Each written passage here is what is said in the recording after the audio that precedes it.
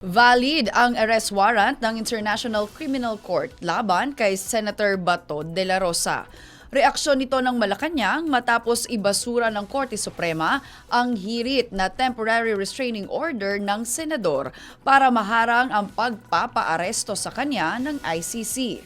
Tinukuran din ni Palace Press Officer Undersecretary Claire Castro ang pananaw ng Office of the Solicitor General na maikukonsiderang pugante ang senador.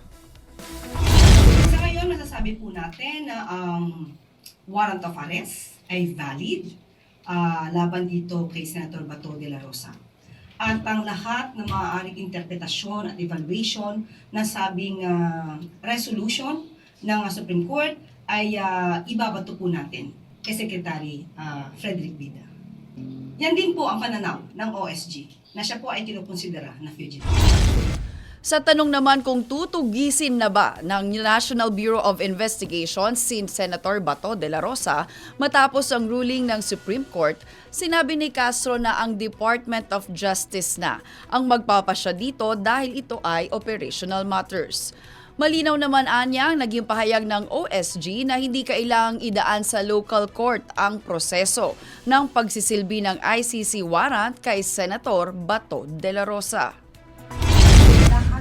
Ng assessment ng hindi pag-issue ng TRO ay ipapaubaya natin mismo kay Secretary Bida.